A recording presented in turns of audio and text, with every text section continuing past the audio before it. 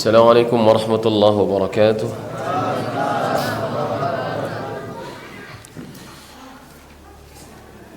Alhamdulillahi rabbil alamin, hamdan katsiran tayyiban mubarakan fihi kama yuhibbu rabbuna wa yardah. Asyhadu an la ilaha illallah wahdahu la syarika lah wa asyhadu anna Muhammadan abduhu wa rasuluhu sallallahu alaihi wa ala alihi wa ashabihi wa sallama tasliman mazida. وقال الله تبارك وتعالى يا أيها الذين آمنوا اتقوا الله حق تقاته ولا تموتن إلا وأنتم مسلمون وقال يا أيها الناس اتقوا ربكم الذي خلقكم من نفس واحدة وخلق منها زوجها وبث منهما رجالا كثيرا ونساء واتقوا الله الذي تساءلون به والأرحام إن الله كان عليكم رقيبا وقال يا أيها الذين آمنوا اتقوا الله وقولوا قولا سديدا يصلح لكم أعمالكم ويغفر لكم ذنوبكم ومن يطع الله ورسوله فقد فاز فوزا عظيما وقال رسول الله صلى الله عليه وسلم فإن أصدق الكلام كلام الله وخير الهدى هدى محمد صلى الله عليه وسلم وشر الأمور محدثاتها فإن كل محدثة في الدين بدعة وكل بدعة ضلالة وكل ضلالة في النار وبعد إخواني وأخواتي saudara-saudariku yang semoga dirahmati oleh Allah Subhanahu wa taala. Azani Allah wa iyyakum. Semoga Allah senantiasa memuliakan saya dan antum sekalian. Alhamdulillah, kita panjatkan puji dan puja serta syukur kita kepada Allah Subhanahu wa taala yang masih memberikan kepada kita ketetapan hati kita di atas Islam, yang telah memberikan kepada kita kemudahan untuk melaksanakan ketaatan-ketaatan kepadanya, yang masih memberikan kepada kita sehat wal afiyah sehingga kita dapat melaksanakan perintah-perintah tersebut dengan sempurna.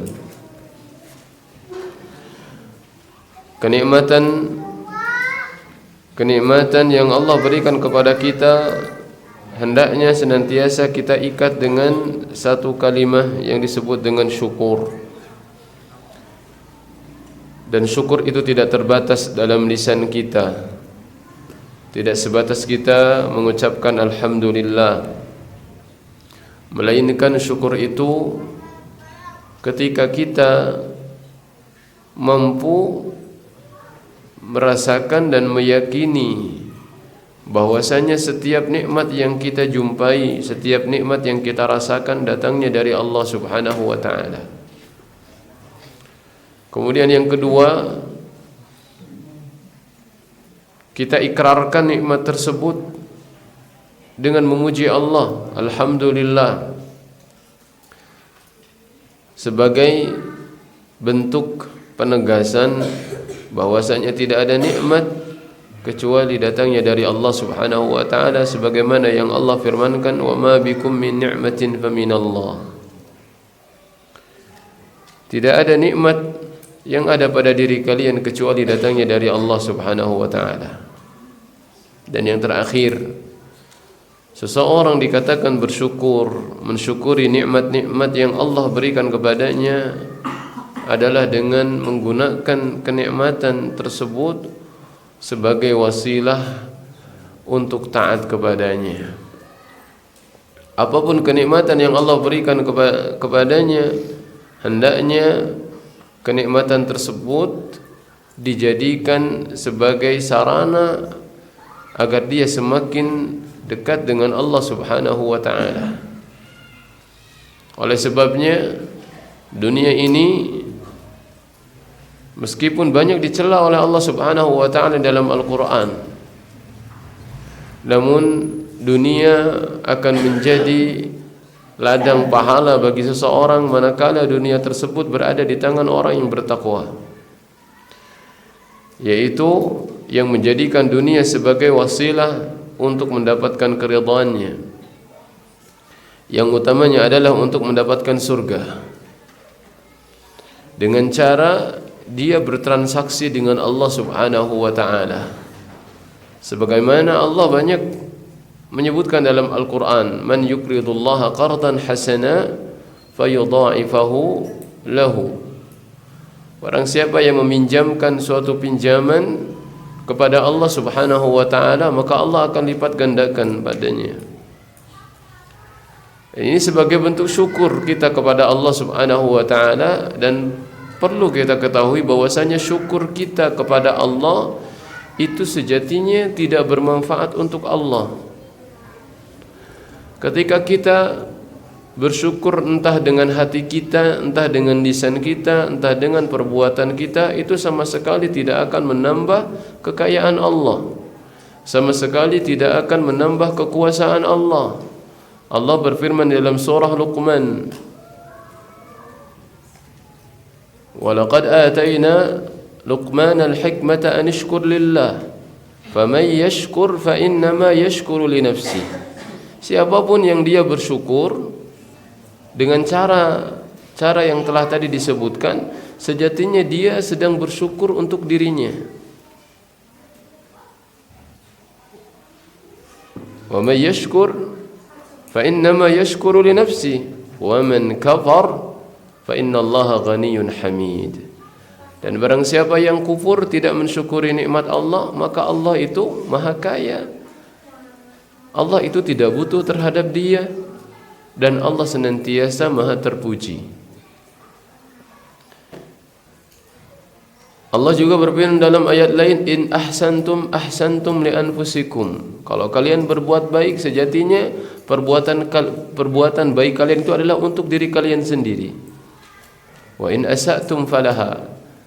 Sebaliknya, ketika kalian berbuat buruk, maka untuk kalian sendiri perbuatan buruk tersebut. Ini menjadikan kita agar kita senantiasa menjadi pribadi yang bersyukur kepada Allah Subhanahu wa taala. Di antara bentuk syukur kita kepada Allah yang paling utama adalah kita berusaha untuk istiqamah di atas ketaatannya. Istiqamah dalam menjalankan ketaatan kepada Allah, di antaranya dengan menuntut ilmu. Istiqamah dalam menuntut ilmu itu merupakan bagian dari syukur kita kepada Allah Subhanahu wa taala, yang Allah akan balas kelak dengan pahala yang besar. Demikian juga kita akan melanjutkan surah Al-Insan pada ayat yang ke-12, di mana Allah Subhanahu wa taala berfirman,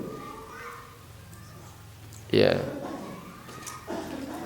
wa jazaahum bima sabaru jannatan wa harira. Insyaallah kita akan baca terlebih dahulu ya ayatnya.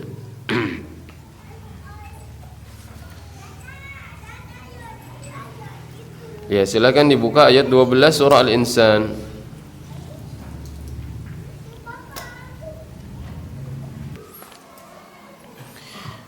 Qala Allah tabaraka wa ta'ala wa jazaahum bima sabaru jannatan wa harira. Selain kita mengenal syukur dalam agama kita, ya, ibadah yang sangat agung yang menjadi pendamping syukur seseorang adalah sabar. Allah berfirman yang artinya, dan dialah, yakni Allah memberi balasan kepada mereka karena kesabarannya berupa surga dan pakaian sutra.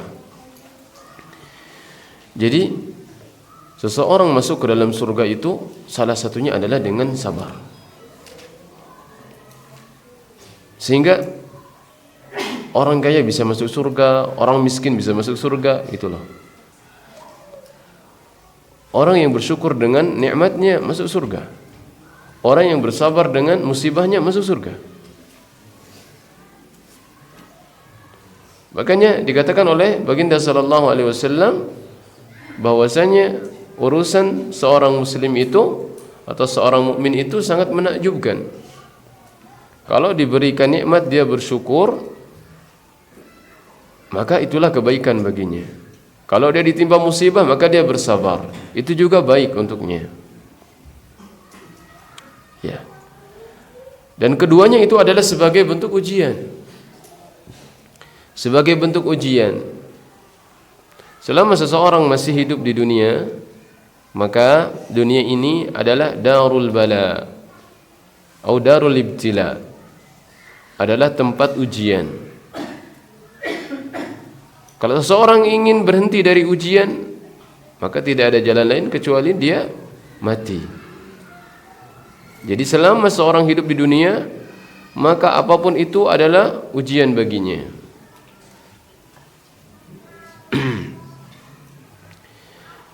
Ya. Tidak ada satu hal pun di dunia ini kecuali adalah sebagai bentuk ujian. Kadang kita melihat orang yang sedang diuji, kita menyangka orang itu yang sedang diuji. Kita tidak sedang diuji. Kita melihat orang lain sedang diuji dengan musibah, maka kita katakan sabar. Kita katakan sabarlah engkau. Padahal kita yang sedang melihat orang lain terkena musibah, sedang diuji oleh Allah Subhanahu wa taala, apakah kita memiliki sifat empati kepada dia? Apakah kita membantu dia? Itu adalah sebagai bentuk ujian kepada kita. Ya. Ketika seorang diberikan karunia oleh Allah Subhanahu wa taala, itu adalah ujian bagi dia. Sebagaimana yang dikatakan oleh Nabi Sulaiman, dia beluani.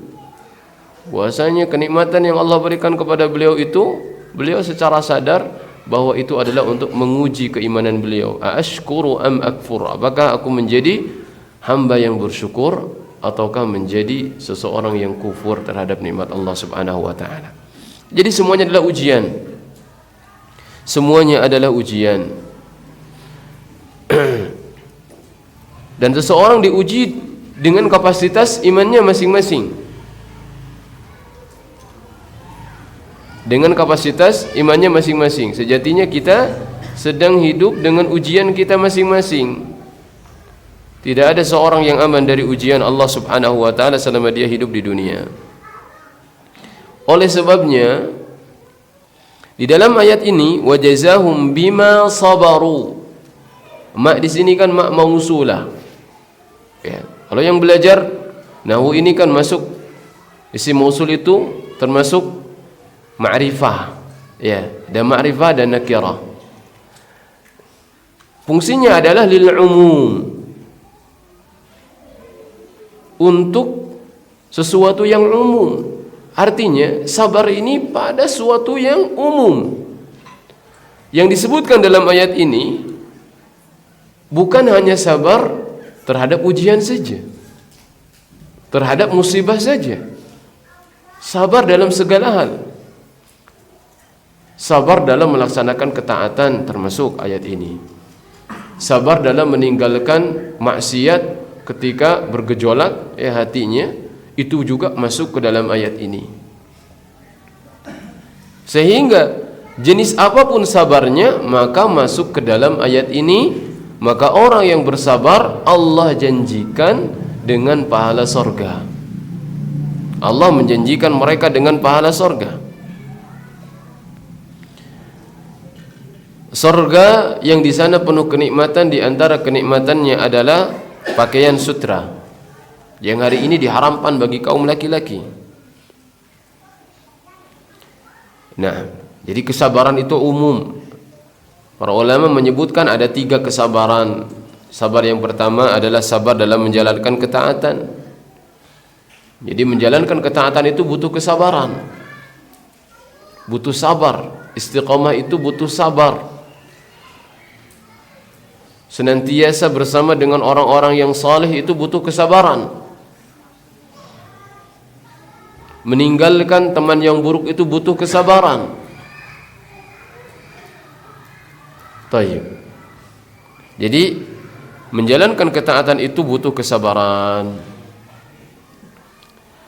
Mendirikan salat, senantiasa menunaikan salat, senantiasa salat berjamaah, ya, senantiasa salat di awal waktu, itu butuh kesabaran.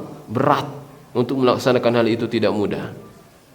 Kalau tanpa taufik dari Allah, seseorang tidak akan bisa melakukannya. Makanya kita dapatkan ada orang-orang yang Allah mudahkan, sangat ringan sekali. Ada orang juga yang Allah Subhanahu wa taala persulit urusan agamanya. Ya, ini menjadi tanda antara mudah dan sulitnya dia untuk menuju kepada surga Allah Subhanahu wa taala.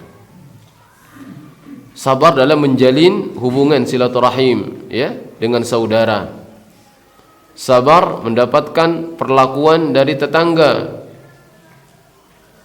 Nah, kalau sekarang kadang-kadang kita punya tetangga satu, dua, itu pun juga jauh, tapi kita banyak tetangga WhatsApp, ya. Itu kan kita bisa tahu keadaan orang-orang yang padahal jauh jarak rumahnya, posisinya dengan kita, tapi kita bisa tahu dia sedang ngapain dan apa juga yang dia katakan. Ya. Semuanya butuh kesabaran, dan ingatlah kesabaran itu akan dibalas oleh Allah Subhanahu wa taala. Sabar dalam bermuamalah dengan teman-teman, dengan kawan-kawan, menyikapi teman, ya, itu juga butuh kesabaran. Yang kedua, sabar meninggalkan maksiat. Sabar meninggalkan maksiat. Dan kesabaran itu akan semakin besar pahalanya manakala dorongan maksiat tersebut semakin besar. Maka seseorang ketika diuji dengan dorongan maksiat yang lebih besar, itu sejatinya dia sedang diuji oleh Allah Subhanahu wa taala, antara dia mengikuti hawa nafsunya atau dia memilih untuk bersabar dan mendapatkan pahala yang lebih besar lagi. Jadi sebetulnya ketika seseorang diuji dengan maksiat itu, maka yang harus dia perhatikan adalah ketakwaannya. Sebetulnya takwa yang menjadi benteng dia, bukan hal-hal lainnya. Bagaimanapun seseorang diuji, tidak ada alasan lain kecuali dia harus bertakwa. Ya, tidak ada cara lain kecuali dia harus bertakwa. Kalau dia sekedar mengatakan, ya, saya begini, saya begitu, saya diuji dengan seperti ini, sepertinya saya tidak kuat. Nah, ini yang bermasalah adalah ketakwaannya. Balil insanu ala nafsihi basira. Orang itu lebih tahu tentang dirinya. Walau alqa ma'adzira, kata Allah. Kalaupun dia mengungkapkan 1000 alasan, dia tahu tentang dirinya. Yang bermasalah itu adalah takwanya. Maka ketika seorang diuji dengan suatu kemaksiatan yang menuntut dia untuk meninggalkannya, maka hendaknya dia mempertebal ketakwaannya, keimanannya, dan dia berusaha untuk meninggalkannya. Dan pada saat itu semakin besar godaannya, semakin besar juga pahala sabar dia. Apalagi di zaman ini, ya. Baik. Yang ketiga, sabar ketika ditimpa musibah. Ini termasuk pada golongan sabar.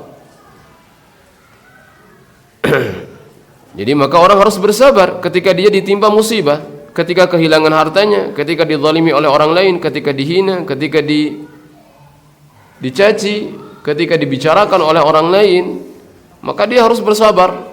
Ya, karena memang hidup ini adalah ujian. Bahkan sebagian ulama ada yang mengatakan bahwasannya ada sabar yang keempat, ya. Ada sabar yang keempat. Apa itu sabar yang keempat? Sabar ketika seseorang pertama kali ditimpa ujian pada hantaman yang pertama. Padahal itu juga termasuk kata di poin yang ketiga sebetulnya. Namun mungkin para ulama di sini memberikan 4 kesabaran ini agar orang yang bersabar setelah ditimpa ketika seorang bersabar, namun kesabaran dia itu tidak langsung semata-mata tatkala dia mendapatkan pertama kali ujian, ya, dia mungkin pertama kali dia tidak sabar, namun semakin ke sini dia mampu bersabar. Nah, harapannya orang yang seperti itu juga tetap mendapatkan pahala kesabaran. Ya, makanya dibagi. Kalau yang pertama kali mendapatkan ujian, ketika hantaman pertama dia langsung mengatakan qadarallah wa ma syaa fa'al, atau perkataan innalillahi wa inna ilaihi raji'un, maka orang tersebut mendapatkan pahala yang sangat besar dibandingkan orang yang baru bersabar baru 2 hari 3 hari setelah musibahnya berlalu. Taib. Nah, kemudian Allah Subhanahu wa taala memberikan balasan bagi laki-laki yaitu dengan pakaian sutra. Karena mereka telah diharamkan oleh Allah di dunia untuk memakai kain sutra. Rasulullah bersabda, "Man labisal harira fid dunya lam yalbashu fil akhirah." Barang siapa yang mengenakan kain sutra di dunia, maka ia tidak akan memakainya di akhirat kelak. Tidak akan memakainya di akhirat kelak. Taib. Ya, bisa jadi dia adalah orang-orang kafir. Karena orang-orang kafir itu tidak ada yang mereka haramkan, suka-suka saja. Memakai sutra, memakai emas. Ya, atau ketika seorang mukmin, seorang yang beriman, ya maksudnya dia tidak akan langsung mendapatkan kenikmatan tersebut. Dia harus disucikan dulu oleh Allah Subhanahu wa taala dengan siksa api neraka, ya, sesuai dengan kehendak Allah. Kemudian Allah Subhanahu wa taala berfirman, muttaqiina fiha 'alal araik la yarawna fiha syamsan wa la zamharira. Di sana mereka duduk bersandar di atas dipan. Al-araik itu jamak dari arika. Arikah itu kasur, tapi kasurnya kasur yang sudah dihias. Ada bantalnya, ada spraynya, ada selimutnya, ada kelambunya. Itu namanya arikah, al-araik. Dan ahli surga yang masuk ke dalam surga, laki-laki atau perempuan, maka mereka akan diberikan oleh Allah Subhanahu wa taala kenikmatan berupa al-araik, yaitu kasur-kasur yang telah dihias oleh Allah Subhanahu wa taala, yang berlantaikan permadani, wa zarabiyyu mabsusah. Ya. Dalam surah Al-Ghasyiyah disebutkan bantal-bantalnya itu masfufah, berjejer. Kain-kainnya itu min sundusi wa istabraq, dari sutra. Ada sutra yang tebal, ada sutra yang tipis. Warnanya juga bermacam-macam. Dan mereka itu ittika di sini disebutkan. Jadi aktivitas mereka itu disebutkan mereka bersandar-sandar. Ini menunjukkan keadaan yang sangat santai sekali. Tidak berdiri, ya, tidak juga terlentang, tetapi ya disebutkan di sini mereka ketika menikmati dipan-dipan tersebut, mereka dalam keadaan bersandar. Bersandar yang ditemani oleh istri-istrinya dan juga oleh para bidadari. La yarawna fiha syamsan wa la zamharira. Mereka tidak akan melihat matahari. Mereka juga tidak akan merasakan dingin yang menusuk. Ya, sahih, karena pada hari kiamat itu matahari dan bulan itu sudah Allah masukkan ke dalam api neraka. Ya. Jadi Allah akan melemparkan matahari dan bulan itu ke dalam api neraka. Matahari itu kan panas. Neraka itu sudah panas, Allah tambah lagi. Di neraka itu ditambah panas matahari, Allah masukkan matahari ke dalam neraka. Luas berarti ya neraka itu, karena matahari itu besar. Dan itu matahari dengan mudahnya Allah masukkan ke dalam api neraka. Dan juga bulan. Wa jumi'asy syamsu wal qamar. Dalam ayat disebutkan Allah Subhanahu wa taala kumpulkan matahari dan bulan. Di mana itu? Di neraka Allah kumpulkan. Ya. Jadi Ya, sebagian ahli tafsir menyebutkan bahwa matahari dan bulan itu akan dilemparkan ke dalam neraka sehingga tidak ada lagi keadaan yang membuat ahli surga kepanasan atau kedinginan. Yang ada hanyalah rasa sejuk. Rasa sejuk. Ini juga disebutkan oleh Allah Subhanahu wa taala dalam surah Thaha, yaitu perkataan Allah kepada Nabi Adam alaihissalam, innalaka alla taju'a fiha wa la ta'ra, sungguh ada jaminan untukmu wahai Adam, yaitu engkau tidak akan kelaparan di sana di surga, wala ta'ra, engkau juga tidak akan telanjang di sana, wa annaka la tazma'u fiha wa la tadha, engkau juga tidak akan pernah merasa dahaga yakni haus, engkau juga tidak akan ditimpa panas matahari, wala tadha. Intinya para penghuni surga itu tidak akan kepanasan, tidak pula mereka kedinginan. Hawanya akan sejuk, ya, semilir angin seperti itu, menyenangkan penghuninya. Bahkan Allah Subhanahu wa taala tambah lagi, wadaniyatan 'alaihim dhilaluha wa dhullilat kutufuha tadlila. Dan ada naungan pepohonan yang dekat di atas mereka, wa dhullilat, dan dimudahkan. Dimudahkan apanya? Kutufuha, untuk memetik buahnya, tadlila, betul-betul Allah mudahkan. Maf'ul mutlaq. Kutufuha wa dhullilat kutufuha tadlila, betul-betul Allah mudahkan. Ya, jadi pohon-pohon di surga itu berbeda dengan pohon-pohon di dunia. Pohon-pohonnya itu sangat tinggi sekali. Sangat tinggi sekali. Namun naungan dari pohon tersebut itu sangat rendah, membuat ahli surga itu nyaman. Ya. Dan semua kenikmatan ini naungan dari pohon atau dari dedaunannya itu Allah ciptakan, itu bukan karena ahli surga kepanasan, bukan. Karena tadi tidak ada panas. Ini hanya sebagai bentuk kesempurnaan surga saja, membuat mereka merasa sejuk, merasa nyaman, sebagaimana Allah berikan makanan dan minuman padahal mereka tidak lapar dan juga tidak haus. Allah berikan itu semuanya sebagai bentuk kenikmatan yang Allah berikan kepada mereka. Dan Allah Subhanahu wa taala akan mudahkan mereka untuk memetik buah-buahannya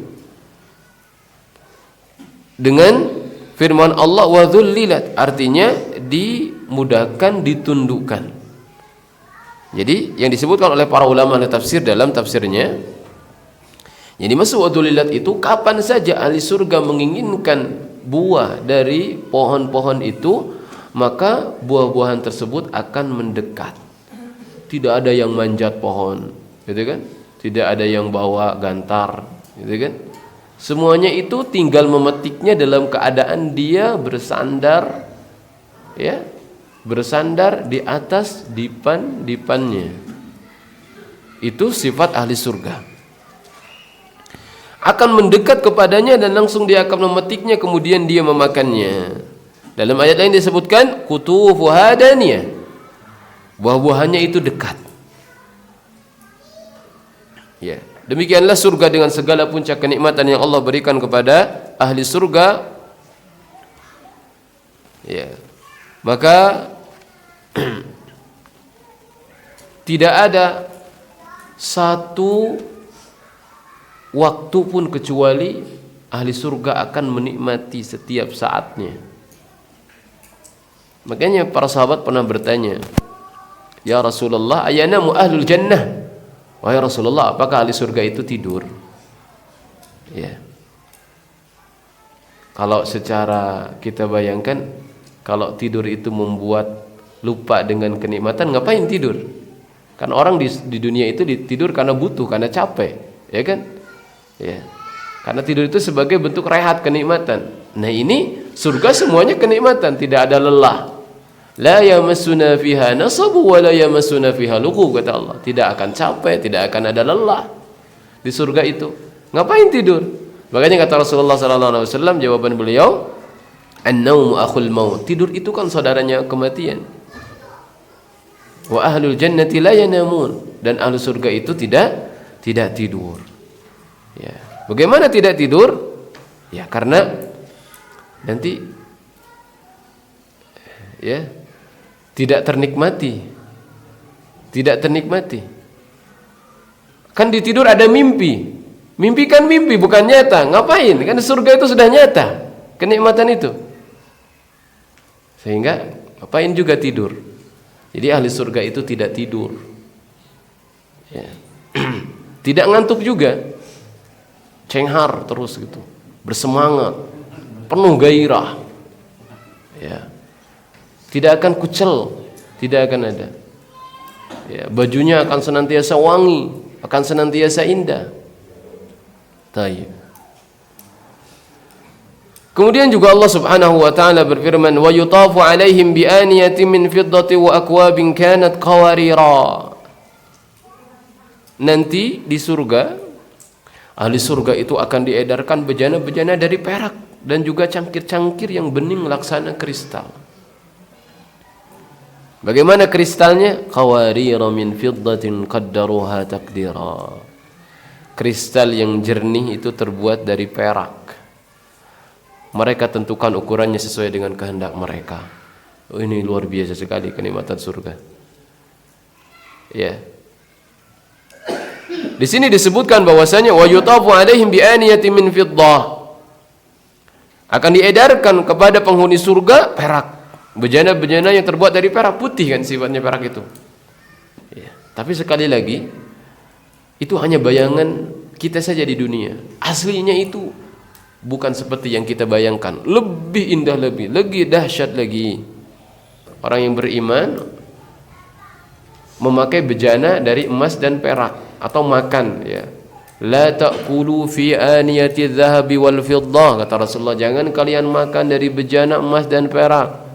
Ya, la tashrabu fi aniyati dhahabi wal fiddah wa la ta'kulu fi sihafiha, jangan kalian juga makan dengan piring-piringnya, piring-piring emas atau piring-piring perak. Fa inna lahum fid dunya wa lakum fil akhirah. Emas itu, perak itu, iya bagi orang-orang kafir di dunia dan untuk kalian nanti di surga, kata Rasulullah. Tidak boleh. Itu adalah khusus nanti akan Allah Subhanahu wa taala sediakan bagi para ahli surga. Makanya hari ini betapapun orang kaya, seorang muslim harus bersabar. Enggak boleh pakai emas piringnya, gelasnya dari emas, tidak boleh, harus bersabar. Nah, ini sebagai bentuk kesabaran dia. Ya, menahan diri. Ingat dengan janji Allah, yakin dengan janji Allah, nanti di surga ya, baru akan diizinkan oleh Allah Subhanahu wa taala. Dan secara umum bejana di surga itu memang terbuat dari emas dan perak. Kenapa? Ya ini sebagai bentuk memuliakan mereka, sebagaimana perak dan emas ini menjadi barang ya yang sangat berharga di dunia, kristal, ya, mutiara, lu'lu' wal marjan, mutiara-mutiara itu menjadi sesuatu yang berharga, maka disediakan oleh Allah Subhanahu wa taala kelak di surga. Namun keindahannya itu tidak sebanding dengan keindahan yang hari ini kita jumpai di dunia. Ya, jangan disangka hakikatnya sama, jangan. Berbeda sebagaimana yang dikatakan oleh Ibnu Abbas, beliau berkata, "Laisa fid dunya minal jannati syai'un illa al-asma." Tidak ada suatu apapun di dunia ya, yang kemudian disebutkan di surga kecuali itu hanya namanya saja. Jadi ahli surga itu akan tahu, oh ini emas. Akan langsung tahu, Allah berikan ilmu, oh ini emas, oh ini perak. Tapi emas dan peraknya itu tidak sama dengan emas peraknya di dunia. Kemudian Allah Subhanahu wa taala berfirman, wa akwabin kanat qawarira min fiddah, dan cangkir-cangkir yang bening laksana kristal, yang kristal itu jernih ya, terbuat dari perak. Nah, ini sebagai penekanan bahwasanya di dunia ini atau apa yang Allah janjikan di akhirat itu berbeda dengan yang kita jumpai di dunia. Mana ada hari ini perak yang bening? Ada perak yang bening? Enggak ada. Setipis-tipisnya perak tetap aja tidak tebus pandang. Perak itu. Ya, tebus pandang itu kaca. Nah, di surga itu akan ada kristal yang terbuat dari perak. Sulit kan kita membayangkannya, gimana perak tapi bening? Oh itu bukan perak dong. Enggak, perak itu. Allah menyebutnya adalah perak. Fiddah. Nah, qaddaruha taqdira. Tidak terbayangkan.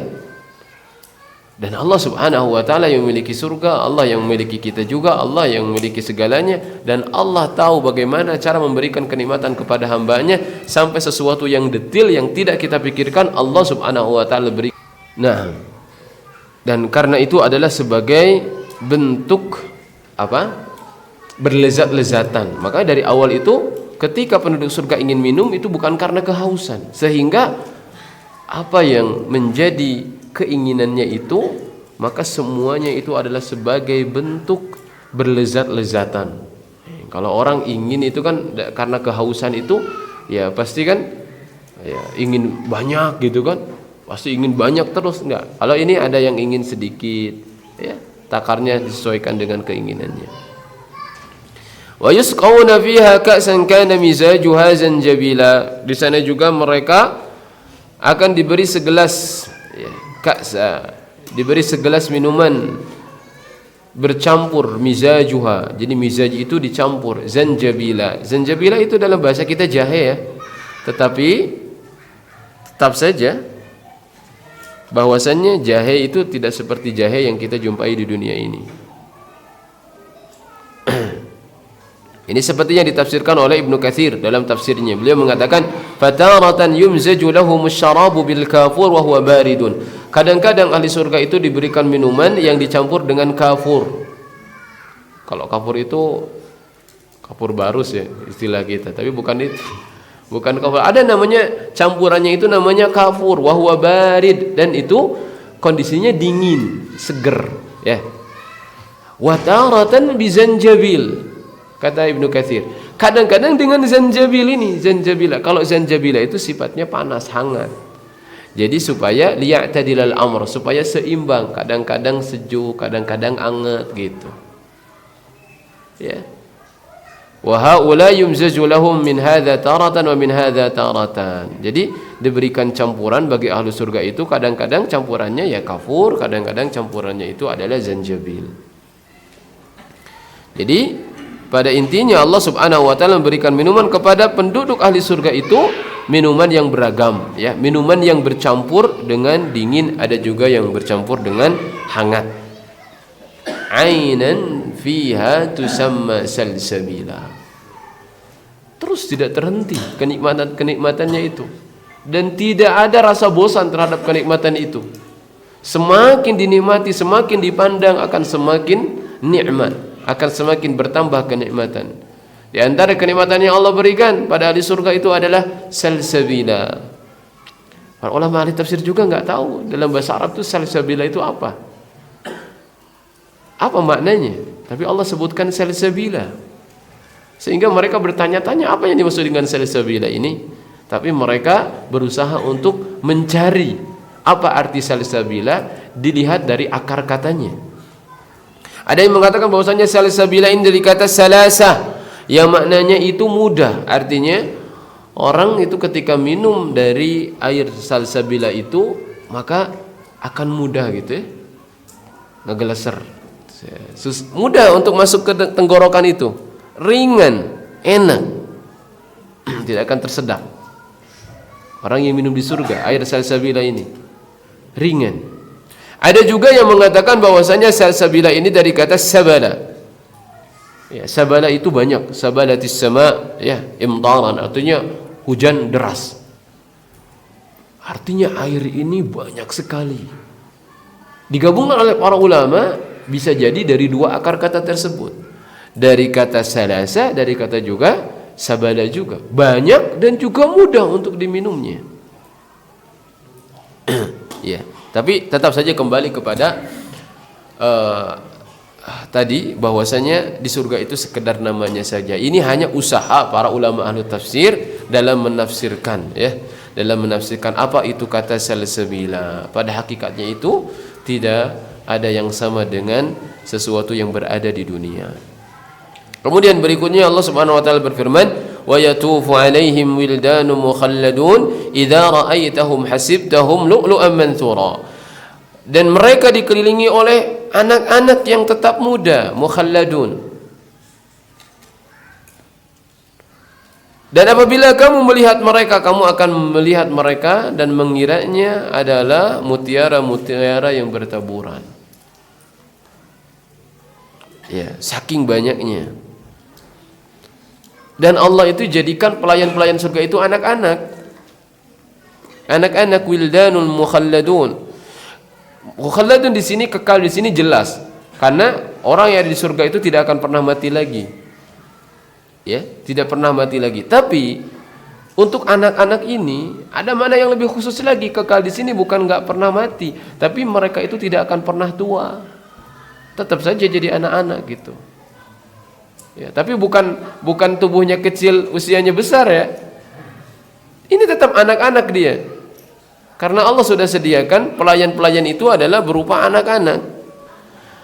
Apa hikmahnya yang disebutkan oleh para ulama? Di antaranya yang pertama, supaya mereka itu supaya ahli surga itu tidak canggung untuk menyuruh mereka. Cuma kalau yang diperintah orang lebih tua gimana? Atau sebaya, kan kayaknya gimana gitu. Ini anak-anak sehingga mudah saja untuk diperintah itu. Jadi tidak ada rasa canggung itu. Sangat mudah untuk diperintah. Yang kedua, anak-anak itu sifatnya gesit, kata para ulama itu. Lincah. Ambil minum, ambil makan, ya, tarik itu, tarik. Ya, bawa itu, bawa. Pokoknya dilayani. Karena ahli surga itu yang masuk ke dalam surga itu mereka menjadi raja. Dan wanita yang masuk dalam surga menjadi ratu. Udah itu. Dan memiliki istana masing-masing. Istana masing-masing. Memiliki tingkat derajat di surga masing-masing. Dan derajat tersebut ditentukan dengan ketakwaan dan amalan kita di dunia.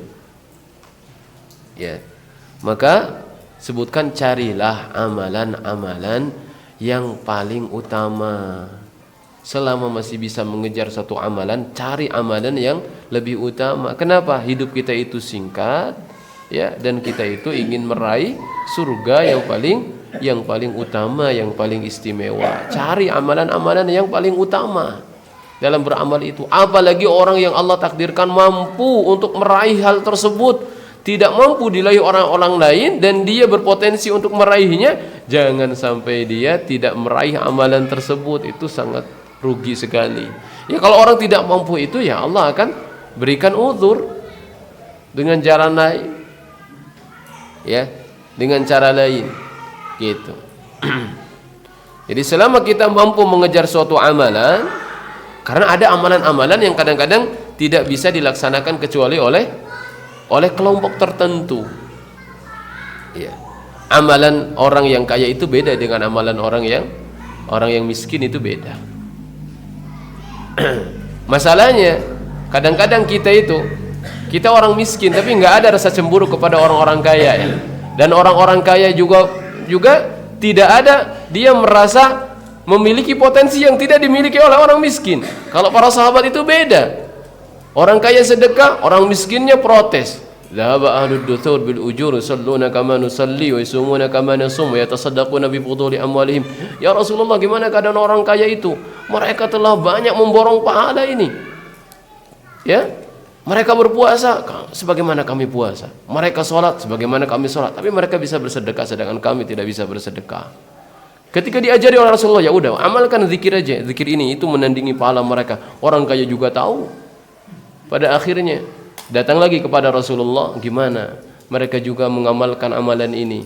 Kata Rasulullah, dzalika fadlullah. Ya sudah, itu keutamaan yang Allah berikan kepada mereka, yang Allah berikan kepada hamba yang Allah kehendaki. Mereka harus fokus terhadap amalan yang bisa kita lakukan, apalagi ketika orang lain tidak bisa melakukannya. Taib. Ya. Orang yang berilmu harus semangat mengajarkan ilmu di saat banyak orang-orang yang tidak memiliki ilmu, tidak bisa mengajarkan ilmu karena tahu, yakin. Ya. Al-alim fadlul alimi 'ala al-'abidi ka fadlil qamari lailatal badri, kata Rasulullah. Ya. Perbedaan antara orang yang berilmu dibanding orang yang cuma rajin ibadah. Dia rajin salat, rajin puasa, ibadah saja. Namun dia minim ilmu, dia hanya taklid saja. Ya. Perumpamaannya seperti bulan di malam purnama dibandingkan dengan bintang-bintang. Ya, jadi bintang-bintang itu tidak akan indah lagi kalau sudah muncul bulan. Ya kan, kalau sudah ada malam purnama itu bintang-bintang sudah gak kelihatan lagi. Jadi kalau orang-orang yang tidak memiliki ilmu ingin eksis itu harus menunggu para ahli ilmu itu mati dulu semuanya. Ya, gitu. Artinya ini motivasi, maka harus bersemangat. Begitu juga orang-orang yang diberikan kelebihan lain harus bersemangat. Tayyib. Nah, jadi itu ya, hasibtahum lu'lu'an mansura. Dan anak-anak ini menjadi pelayan, ya jumlahnya sangat banyak bertebaran. Lain halnya dengan makhluk lain yang Allah Subhanahu wa taala ciptakan, yang Allah sediakan juga bagi ahli surga. Apa itu? Bidadari. Bidadari ini ya eksklusif ya. Enggak Allah bisa lihat dengan apa? Dengan bebasnya, tidak. Bidadari itu khusus. Wa hurun 'ain ka'amsalil lu'lu'il maknun. Bidadari itu adalah wanita-wanita yang bermata indah, laksana mutiara yang tersimpan. Jadi bidadari itu khusus untuk melayani ya di kamar, itu udah tertutup. Nggak bisa orang pengen lihat bidadari dia, nggak bisa. Khusus untuk dia, fokus itu. Ya, ahli surga diberikan bidadari, ya sudah. Tidak ada seorang pun yang bisa melihat bidadarinya. Ya, tapi kalau para pelayan-pelayan itu, yaitu bertebaran banyak sekali seperti mutiara. Nah, Allah sebutkan fihinna khairatun hisan fabi ayyi ala'i rabbikuma tukadziban hurum maqsuratun fil khiyam. Di dalam surga-surga itu ada bidadari-bidadari yang baik dan juga jelita. Jadi jangan berkecil hati. Ya, jangan berkecil hati. Orang-orang yang kekurangan di dunia itu, maka selama mereka memiliki takwa, memiliki iman, mereka bisa menjadi orang yang paling terkaya di surga. Baik, itu saja yang bisa disampaikan untuk kesempatan sore hari ini. Sepertinya memang tidak habis ya ayat yang kita tadi baca. Insyaallah nanti kita akan bahas lagi pada kesempatan berikutnya insyaallah. Sallallahu ala nabiyyina Muhammad wa ala alihi washabihi wasallam. Subhanakallahumma rabbana wa bihamdik asyhadu an la ilaha illa anta astaghfiruka wa atubu ilaik. Wassalamualaikum warahmatullahi wabarakatuh.